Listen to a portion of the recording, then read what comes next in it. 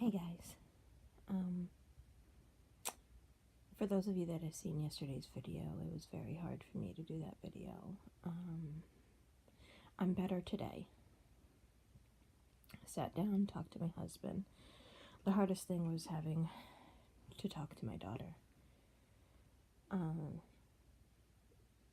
She overheard lots of conversations, so I assumed she knew, but she didn't know the extent of what it means for me to have this cancer. And, telling her the longevity of it with chemotherapy was very difficult. No adult wants to hear that you only have maybe 10 years to live, which sounds like a long time, but when you're sick, and not even if you're sick, like with your health declining like mine is declining, but even without it, the thought of a future with your child and the thought of a future with your spouse beyond that 10 years, and it is the hard, and knowing that people that are given a diagnosis normally don't make it to the max diagnosis time. So it's very difficult.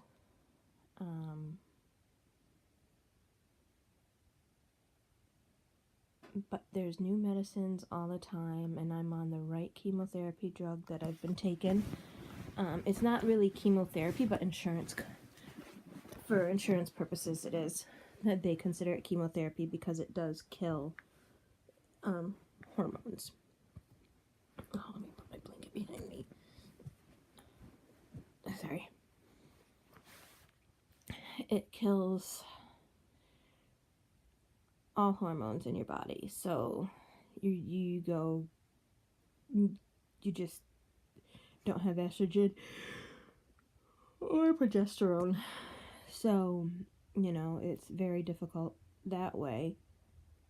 But because this cancer is mainly fed by estrogen and progesterone mixed, doctors do all they can to try and prevent your body from producing it, and there's many ways that your body produces it naturally. And then when you're obese like I am, your body produces the estrogen, and it doesn't matter if you had a hysterectomy to take your ovaries out or not, you're still producing estrogen. And I have endometrial scar tissue, which is where they found the tumor and stuff. And so endometrial scar tissue, you'll still have endometriosis if you were diagnosed with endometriosis. Even when you have your hysterectomy, if you have scar tissue on any other part of your body other than the reproductive organs, you're going to still have endometriosis, and it's going to continue to release estrogen into your body. So, and then you can't forget animal products that you eat. The chicken, the, turkey, ham, cow meat. Those animals, unless you get hormone-free, range-free, everything-free animals, you're getting the hormones that they ate, or that they have, and that they not ate, but they were given. So you're getting all of that in your body too. So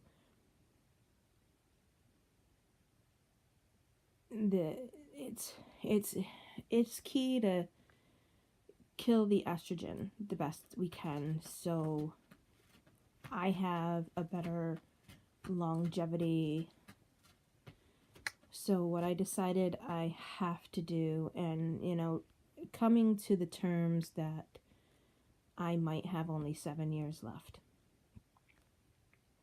I have to go on a raw vegan diet the best I can, because not eating animal products will probably be the thing that saves my life. A factor.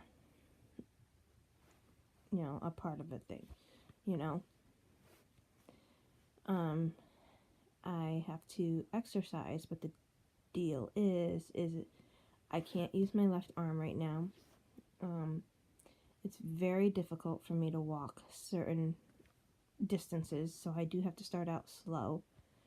And my chest it feels like I'm having a heart attack. I'll go walk a quarter of a mile, come back, and I'm done for the day, and I'm possibly done for a couple of days just because my chest hurts so much.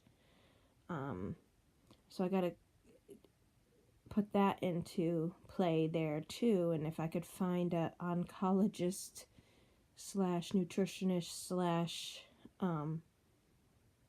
what are they called? Trainer, we'd be great.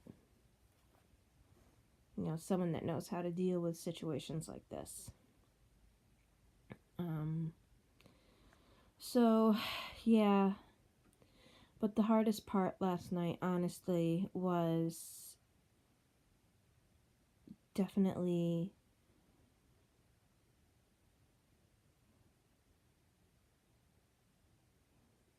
telling my daughter the realization of this disease. You guys can see me, I didn't realize that, sorry.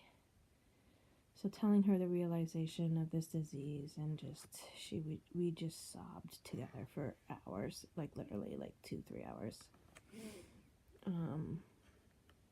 She thought what she heard when my sister and I would talk, or when my parents came up and we were talking, she heard me say, they gave a life expectancy of the doctors would say that, women live a long time, and I would ask, well, what's a long time? And they say, you got 5-10 years. And I would say, where in your mind is 5-10 years a long time? Because it's not. In your head it is, but in reality it's not. Those 5-10 years go by like that. Especially knowing you're ill, and knowing that you only have that many, and that's if the disease decides not to progress. So I know I could go out on the street right now and get hit by a car and die. I understand that. And I could be taken just like that. So 5-10 years is better than, being hit by a car and dying right there. And, I get that. But in reality, you have to think that you realize what you're going to be missing. And I might be missing my daughter's wedding. I might be missing my daughter's birth of a grandchild. I might be missing my grandchild be born and growing up and becoming a young lady or a young man, or these are things that I have to think about. And yeah, I can think positive too, but I'm thinking realistically. Knowing what I know of this disease, I'm thinking realistically. And by the way, the max time that they give from diagnosis and with treatment is 187 months. Now that sounds like a long time, right? Love how they put that in on all research. You got like 187 months. That's only 13 years, by the way. Maybe 14. Which is a long time. I mean, a lot could happen in those years, but it's not what you planned and what you normally would think of. So now you got to figure out what you can get done and still do the family dynamic and